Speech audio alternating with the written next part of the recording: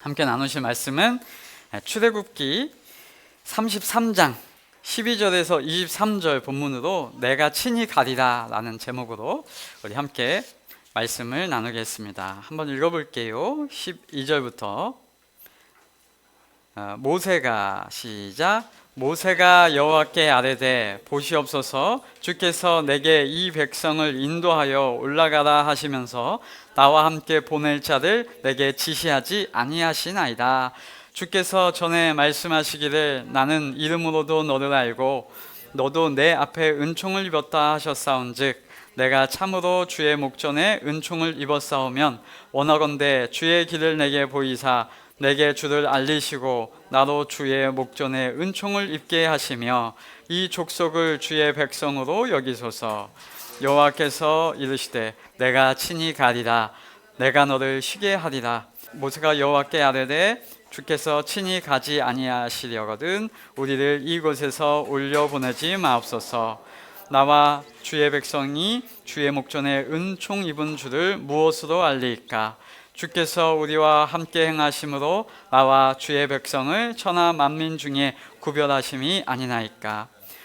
여호와께서 모세에게 이르시되 네가 말하는 이 일도 내가 하리니 너는 내 목전에 은총을 입었고 내가 이름으로도 너를 알미니라. 모세가 이르되 원하건대 주의 영광을 내게 보이소서.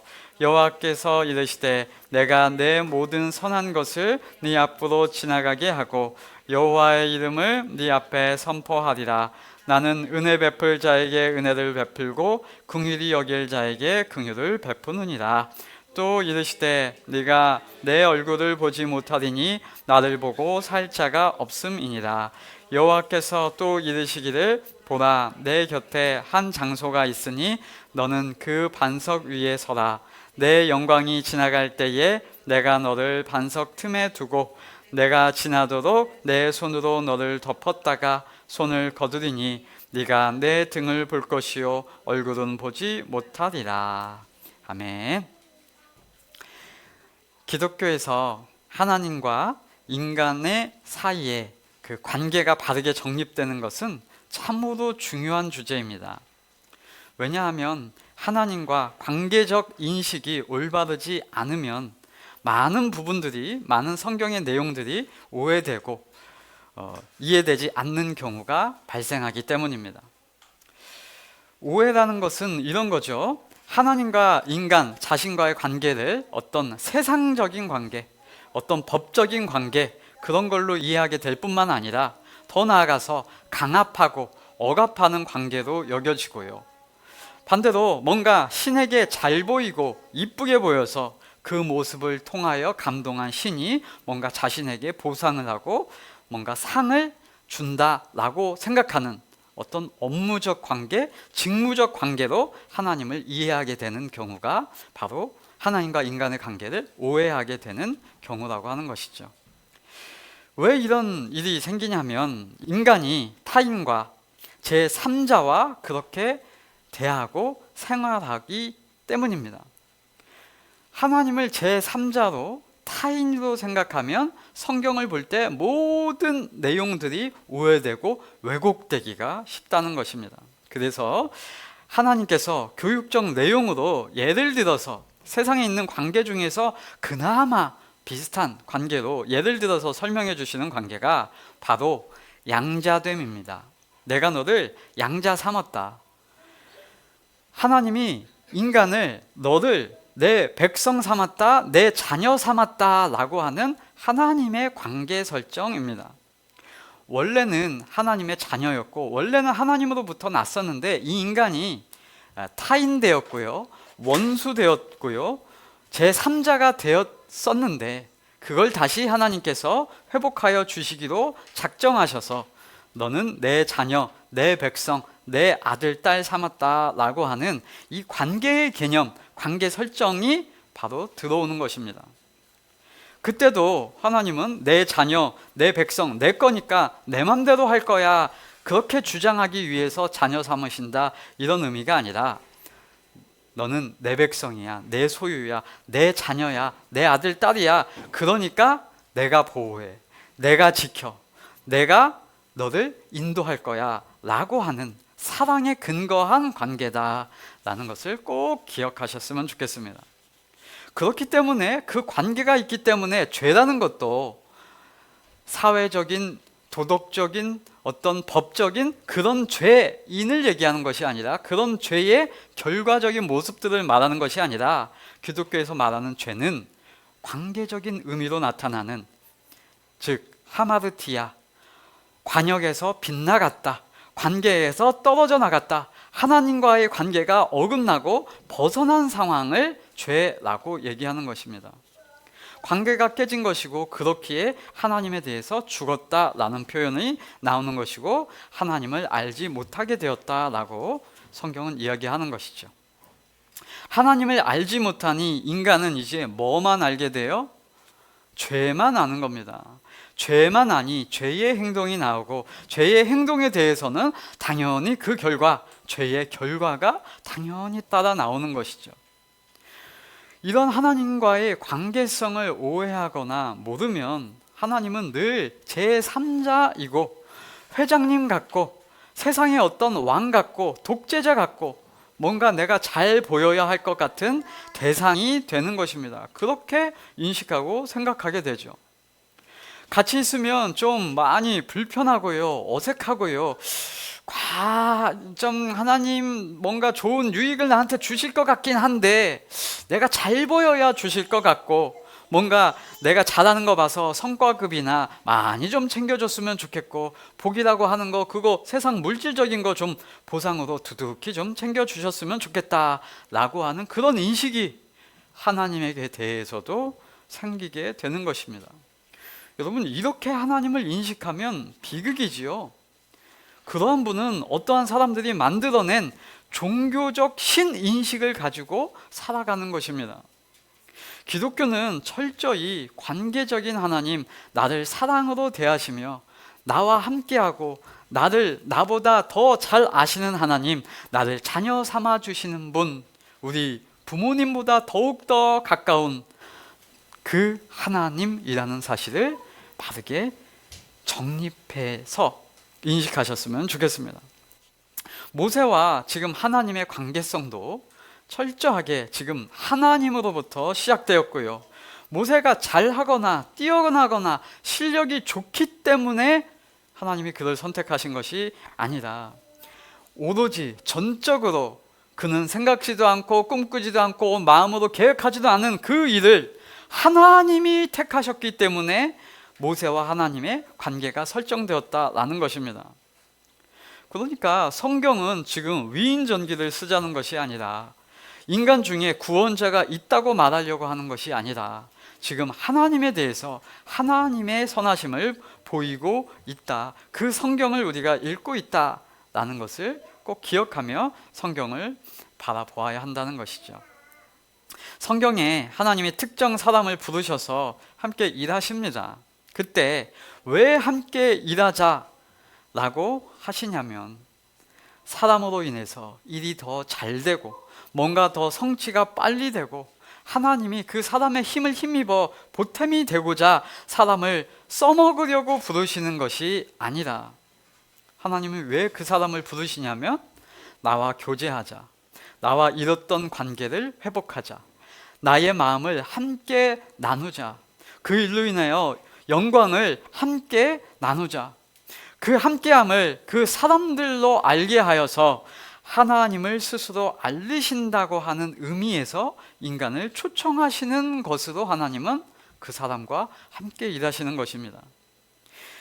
인간 때문에 하나님의 일에 도움이 되는 것이 아니에요. 여러분, 인간 때문에 하나님 욕먹지 않으면 다행입니다.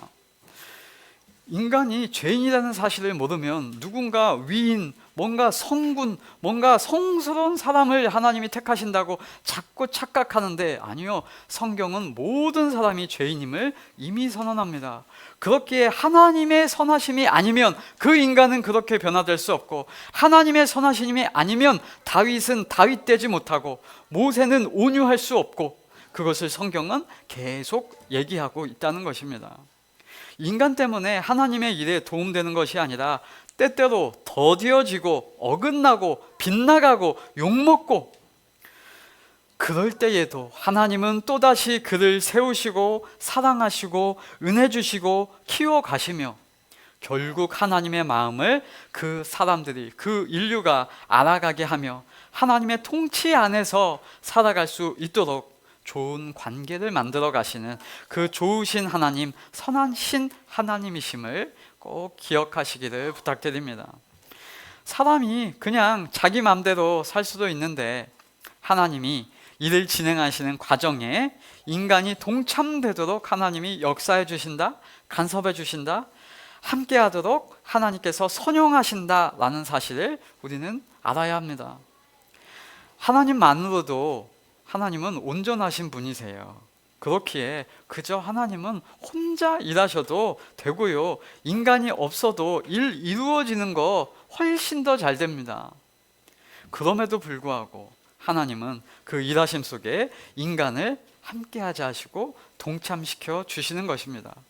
왜요? 그 교제 가운데 사랑이 있고 그 하나님과의 관계 회복이 그 일을 도구로 되어지기 때문입니다. 그렇게 되면 동참된 인간은 이미 큰 영광이고 그거 자체가, 하나님과 함께함 자체가 큰 상급이고 복을 받은 것이지요. 왕이 행차하시는데 같이 가자 하면 그것 자체가 영광인 것처럼 말이죠.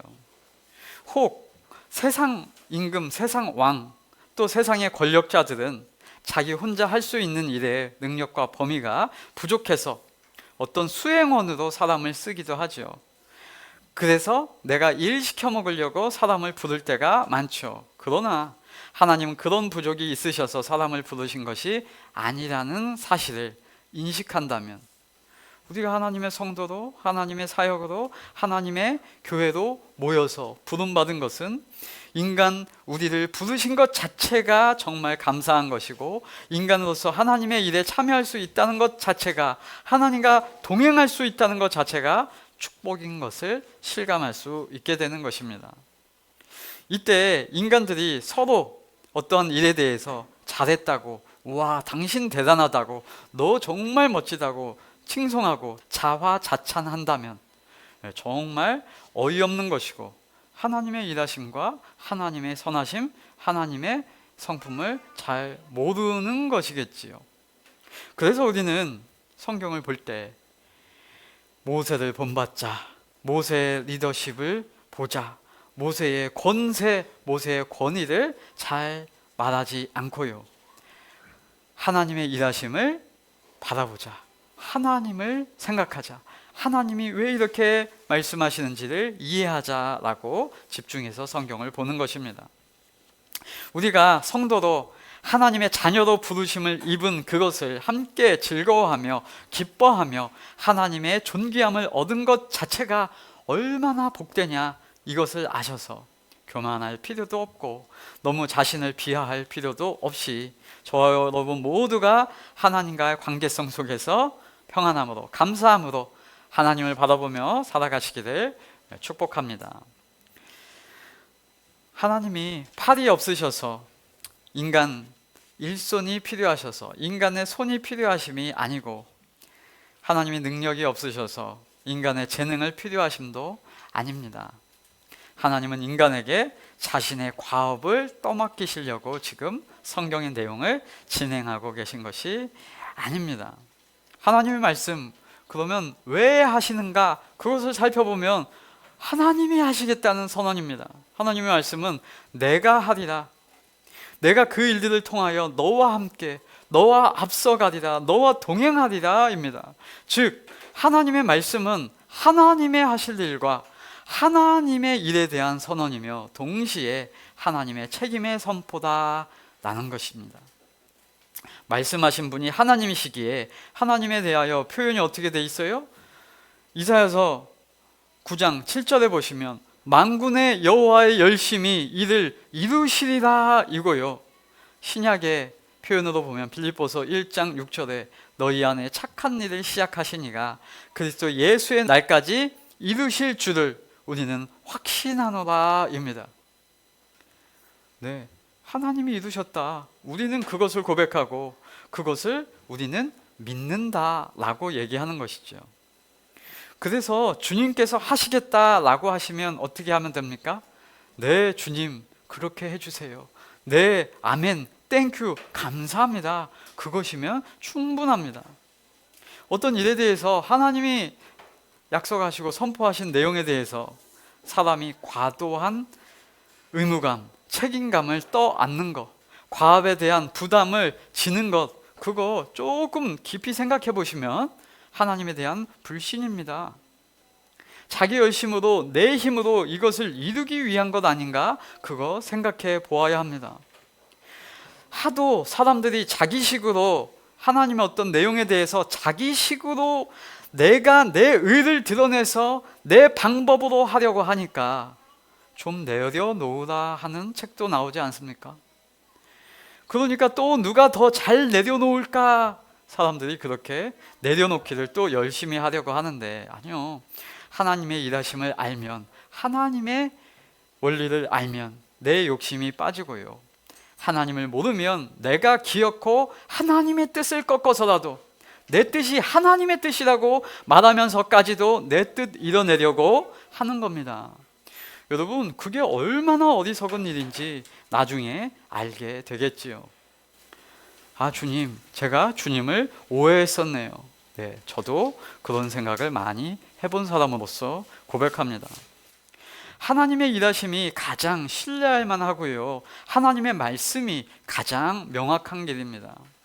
오늘 모세가 하나님께 이렇게 말을 합니다. 33장 12절, 모세가 여호와께 아뢰되 보시옵소서, 주께서 내게 이 백성을 인도하여 올라가라 하시면서 나와 함께 보낼 자를 내게 지시하지 아니하시니이다. 여러분, 이렇게 말하는 모세는 지금 신실한 모습입니까? 아니요, 신실한 모습이라기보다 하나님에 대해서 좀 모르는 모습, 하나님을 신뢰하지 못하는 모습, 이스라엘적 모습이라는 것입니다. 이 말씀을 읽을 때 저는 예전에 모세가 얘기했던 언행이 금방 떠올랐습니다. 하나님이 모세에게 찾아오셔서 모세야 가라, 내가 함께 할게. 그런데 모세는 이 핑계에 저 핑계 대고 안 가는 모습의 데자뷰처럼 기억이 나더라고요. 왜 이렇게 저는 느끼냐면 앞 구절을 제가 읽어봤기 때문에 그렇게 느낄 수 있죠. 왜냐하면 모세가 이런 말을 하기 전에 이미 33장 1절에서 2절 보시면 하나님께서 앞서 가겠다고 하시고 내가 그곳을 차지하겠다고 하시고 내가 너 앞서서 사자를 보내겠다고 말씀하고 얘기하셨습니다. 그런데 모세는 하나님께서 하신다고 하시는 일을 또 누가 해야 될 것으로 느껴요? 자신이 해야 할 것으로 느끼고 나의 생각으로 하겠다고 말하고 과도한 중압감으로 부담감으로 생각하는 것 같다는 것이죠. 하나님께서 함께 하시겠다 하면 그것 자체도 이미 끝난 거 아닙니까? 하나님 한 분으로 충분한 것 아닙니까? 하나님께서 하시겠다고 하면 네, 주님 그렇게 하시옵소서, 말씀대로 내게 이루어지이다 하면 되는 것입니다. 사람의 생각으로 보면 모세 정말 인간적입니다. 네, 모세 정말 책임감 넘치고요, 모세 그 사명감 많이 있는 것 같습니다. 이렇게 말하는 모세가 인간적으로 보면 정말 이해가 되죠. 하나님의 일하심을 모세는 다시 한번 확신받기 원하고 확증받기를 원합니다. 왜 이렇게 모세가 반응할까요? 왜 이렇게 모세가 하나님께 반문하고 하나님에게 대해서 계속 확증을 받아내려고 할까요? 네, 인간적으로 보면 당연한 얘기죠. 왜 그래요? 못 믿겠으니까. 여러분, 이게 신실한 고백이 아니라 못 믿겠다는 겁니다. 못 믿겠다. 앞에 일은 산더미처럼 커 보이는데 자신의 능력이 작을 때 이런 반응, 이런 표현들이 등장하죠. 그래서 13절, 내가 참으로 주의 목전에 은총을 입었사오면 원하건대 주의 길을 내게 보이사 내게 주를 알리시고 나도 주의 목전에 은총을 입게 하시며 이 족속을 주의 백성으로 여기소서라고 말합니다. 여러분, 지금 모세는 같이 하나님이 부르셔서 함께함 자체가 은총 입은 증거, 확증, 결과 아닙니까? 그런데 모세는 또 이렇게 얘기하는 거예요. 왜 그럴까요? 지금 상황이 그렇게 되었습니다. 자신이 한바탕 했거든요. 지금 모세의 상황이 백성들에게 돌판 집어던지면서 분노는 털어놨지. 하나님께서 친히 새겨주신 그 돌판 다 깨부셔놨지. 백성들은 혼란하고 어렵고 사람들 죽어나고 싸우게 시켰고, 그런 어수선한 상황 때문에 본인 당연히 우울하죠. 죄를 지으면 죄의 결과가 무조건 있는 겁니다. 힘이 없고 어려운 상황인 거죠. 그러니 하나님께 또 하소연하고 어려운 마음을 하나님께 가지고 가서 또 확증을 해주시기를 원하는 것이고요. 그 마음을 하나님께서는 또 아시고요, 또 위로하시고 은혜를 내려주시는 모습, 그게 14절입니다. 여호와께서 말씀하십니다. 여호와께서 이르시되 내가 친히 가리라, 내가 너를 쉬게 하리라 라고 말씀하십니다. 지금 모세가 마음이 우울하고 힘들고 곤란하기 때문에 이렇게 말씀하시죠. 하나님께서 왜 내가 친히 가리라, 왜 내가 너를 쉬게 하리라 라고 모세에게 이렇게 말씀하실까요? 모세는 자신이 해야 할 줄로 알고 있는 그 마음을 하나님은 보셨기 때문입니다. 자신이 과도하게 그 사명감을 가지고 자신의 힘으로 그 일을 하겠다고 하니까 하나님은 너가 그렇게 하는 게 아니야, 내가 친히 갈 거야, 내가 너를 쉬게 할 거야 라고 말하고 계시다는 것입니다. 모세는 자신이 힘을 썼고 자기 의로 선함을 자기가 드러내려고 했고 자기 열심을 썼기 때문입니다. 보시면 하나님은 진노하지 않으시겠다고, 그 화를 백성에게 내리지 않겠다고 선언하셨는데 모세는 그 화를, 모세 자신은 하나님이 친히 써주신 돌판을 깨트리면서까지 열불을 내서, 그리고 우상을 갈아 백성들에게 물타서 먹이기까지 하면서 화를 내었고 백성들을 혼란하게 하여서 사람을 죽이는 것까지 행했습니다. 그러한 인간적 자신의 열심으로 일하고 있는 모세에게 하나님이 그를 또 은혜 주시면서 하시는 말씀, 내가 친히 할 거야, 내가 너를 쉬게 하리라 입니다. 모세야, 너는 그저 나와 함께 가면서 나의 말을 전하면서 그들에게 하나님의 뜻을 전하면 되는 거야. 그 모든 일들 내가 친히 가면서 할 거야. 내가 너를 인도할 거야. 내가 너에 앞서갈 거야. 너 좀 쉬어, 진정해, 캄다운해. 내가 너와 함께 하잖아. 걱정할 필요 없잖아. 내가 친히 할 거야. 염려하지 말아라. 지금 하나님은 그렇게 말씀하고 계시는 거죠. 하나님의 책임감, 하나님의 주도권, 하나님의 일하심을 말씀하고 있는 것입니다. 그 하나님의 마음보다 인간이 앞서가는 거 어리석은 마음, 어리석은 생각입니다. 이렇게 말씀하시는 하나님으로 충분하지 않습니까? 그럼 어떻게 반응하면 됩니까?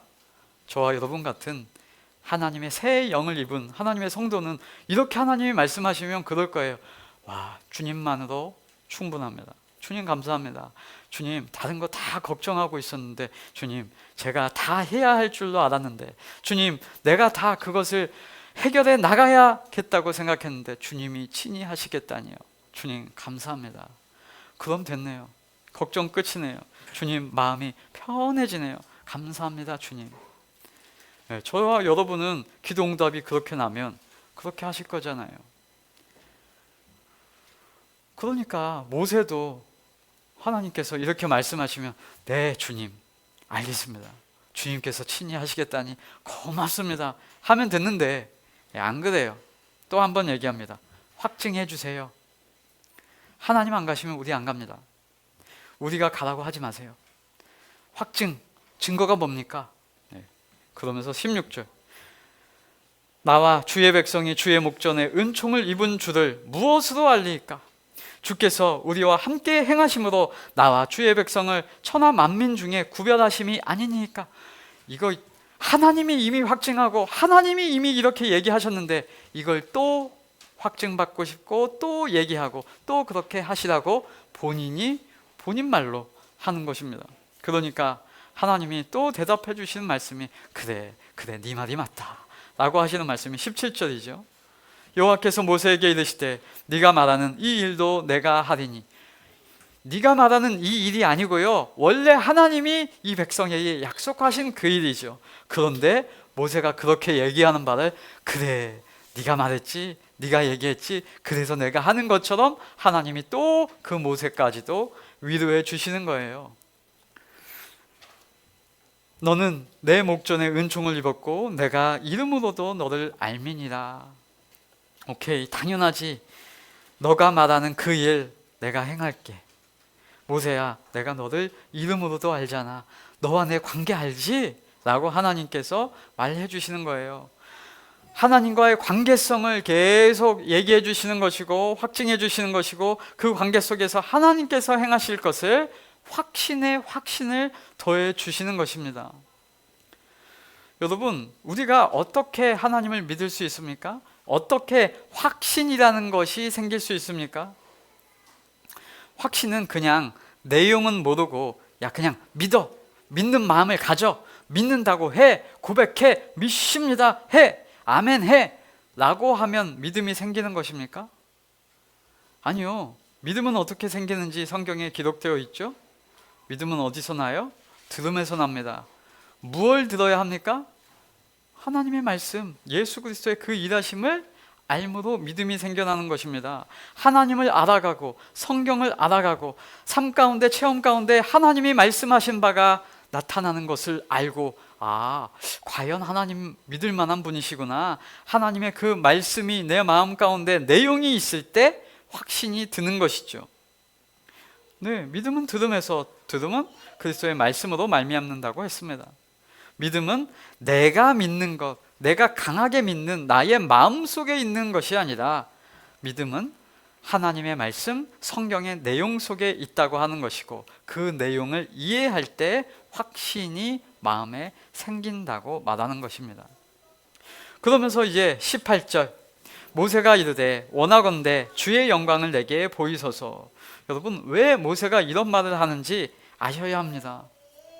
하나님께서 함께한다, 하나님께서 친히 함께하리라 라고 하지만 모세는 또 확증을 보이소서, 주의 얼굴을 내게 보이소서. 네, 이 마음, 우리 인간적으로 생각해보면 너무 쉽게 할 수 있잖아요. 인간 모세의 마음속에 여전히 그 작은 불안감, 믿지 못하겠는 불신의 마음이 도사리고 있기 때문입니다. 왜요? 자신들은, 이스라엘은 하나님의 언약, 그것을 지키지 않는 자이고, 모세는 그런 일들을 행한 자이고 돌판까지 깨트린 그런 자라는 사실을 잘 알고 있기 때문입니다.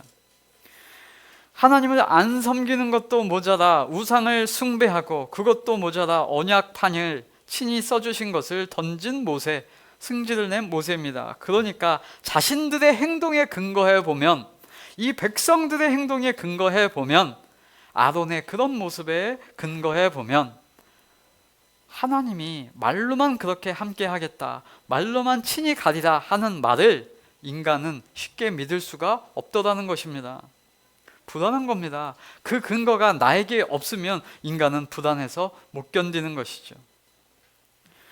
인간들 자신들은 행동의 근거에서, 공로의 근거에서 늘 반응합니다. 다른 사람한테 뭘 말하려고 하면 내가 이렇게 했잖아요 하고 말할 건덕지를 인간은 누구에게서 찾으려고 해요? 나에게서. 그래서 누군가에게 말하려면 늘 뭔가 갖다 주면서 내가 이렇게 줬으니까 너도 줘 라고 말할 건덕지를 가지려고 하죠. 그런데 그런 상황이 지금 안 되어 있어요. 하나님께 이스라엘 백성들이 잘한 게 없다고 본인 스스로도 잘 압니다. 그런데 하나님이 함께 하겠다, 우리와 같이 하겠다, 내 자녀 삼는다, 내가 친히 함께 하겠다, 앞서가겠다, 인도하겠다 라고 하는 것이 잘 믿어지지가 않는 겁니다. 애굽에서 400년간 이방 종교들, 그 제사장들은 늘 공로주의, 예물을 바쳐라, 신의 노여움을 해결하려고 너의 자식까지 불살라 바쳐라, 종교 의식으로 해야만 그제서야 반응을 해줬고, 은혜를 그제서야만 준다, 복을, 보상을 그제서야만 준다 하는 것으로 이 종교적 인식을 배워왔기 때문에 하나님한테 잘하세요, 그래야 하나님도 당신에게 은혜 주십니다, 하나님께 은혜 받는 방법 5가지, 이런 식으로 배워왔기 때문에 모세가 왕과에서 배운 그 이집트의 이방신을 섬기는 방식과는 너무나 다르고 자신의 장인 미디안 제사장의 방식과는 너무나 다른 하나님께서 그렇게 말씀을 하신다고 말하고 계신데 그게 도무지 인간의 상식으로는, 죄적 인식으로는 못 믿어온 거죠. 혹시 하나님이 자신들이 행한 일처럼 똑같이 배반하고 하나님을 버리고 도망간 것처럼 똑같이 하나님도 자신들을 버린다면, 똑같이 그렇게 반응하시면 어떻게 하나, 그런 불안감이 이 인간에게 있는 것입니다. 내가 잘한 것이 없는데 하나님께서 은혜를 주실까? 내가 우상 숭배했는데도 또 하나님께서 함께 하실까? 하나님의 말씀이 고맙기는 한데 자기가 가진, 인간이 가진 사고방식 속에서는 그것이 아직 납득이 되지 않는다는 것입니다. 여러분, 하나님이 거저 선물로 은혜 주십니다 라고 교인들에게, 기독교인들에게 말하잖아요. 그러면 그거 막 고맙다, 잘 안 그래요. 처음 믿는 분들이 내가 잘한 게 뭐가 있다고 그걸 주지? 껄쩍지근해 하는 마음이죠. 네, 하나님을 모르면 그런 마음이 드는 겁니다. 그러니까 인간 쪽에서 늘 못 믿겠는 마음을 해결하기 위해서 하나님을 보여달라, 확증을 달라, 증거를 보여달라라고 요청을 하는 겁니다.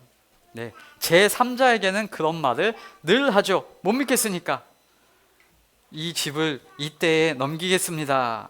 말로만 해서 어떻게 믿어? 도장 찍으세요. 확증하세요. 증거 보이세요. 그거를 지금 하는 거죠.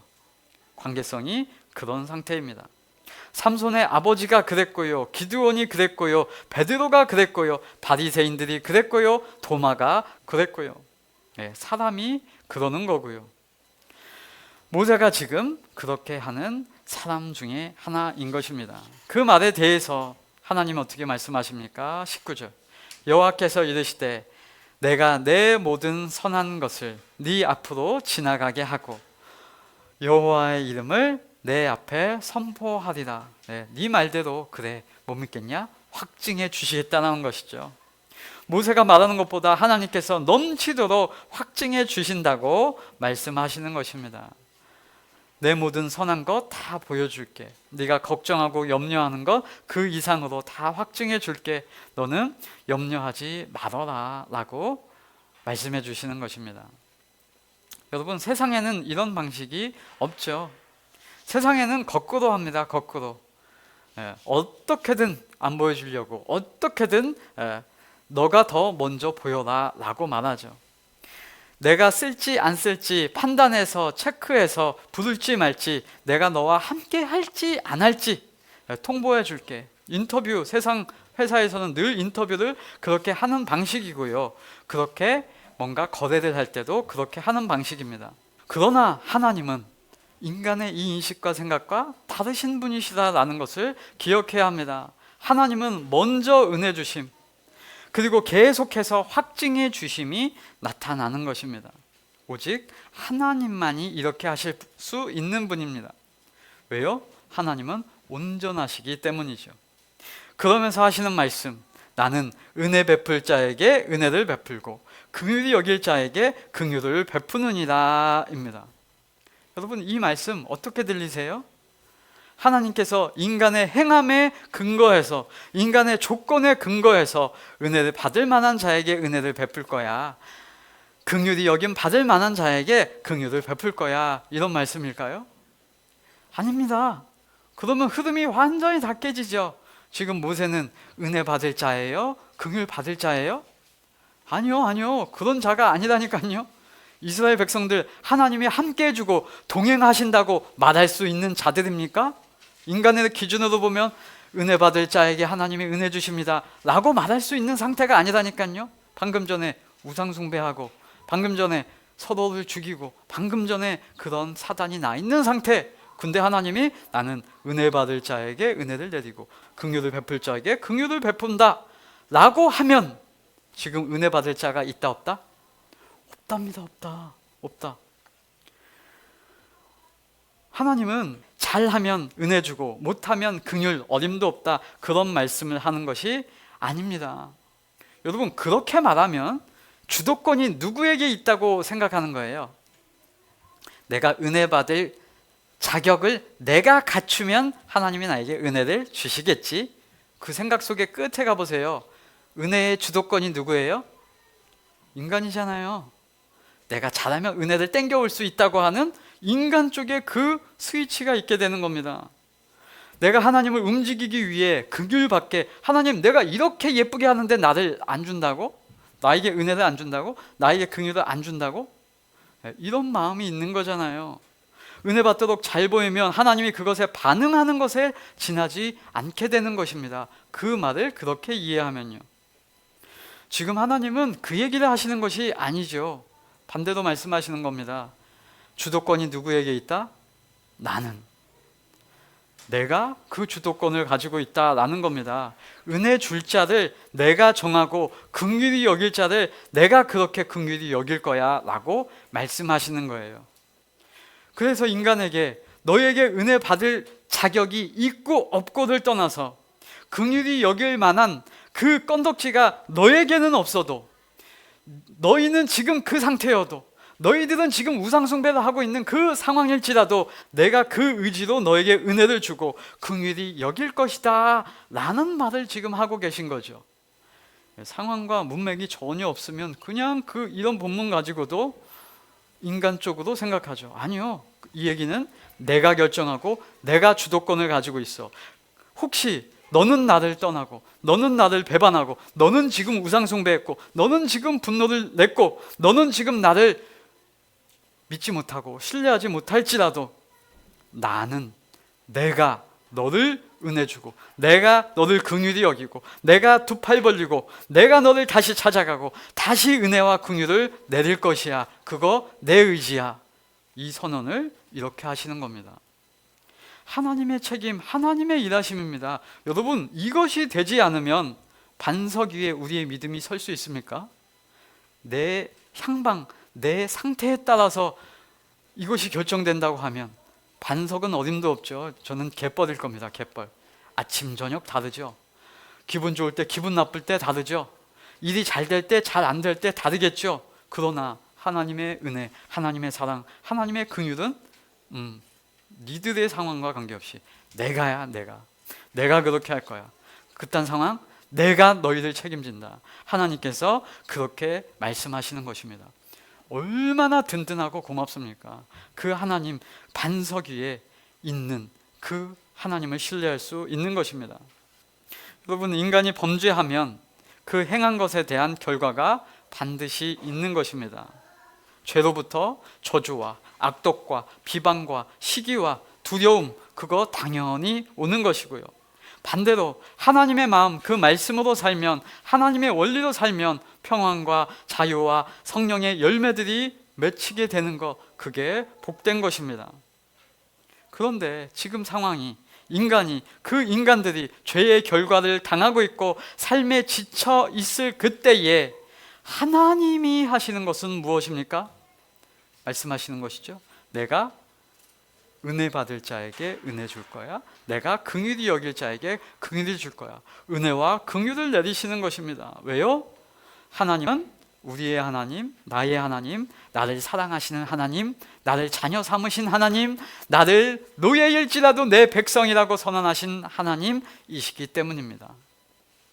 그 관계를 빼버리잖아요? 그러면 사법적 공의가 나오죠.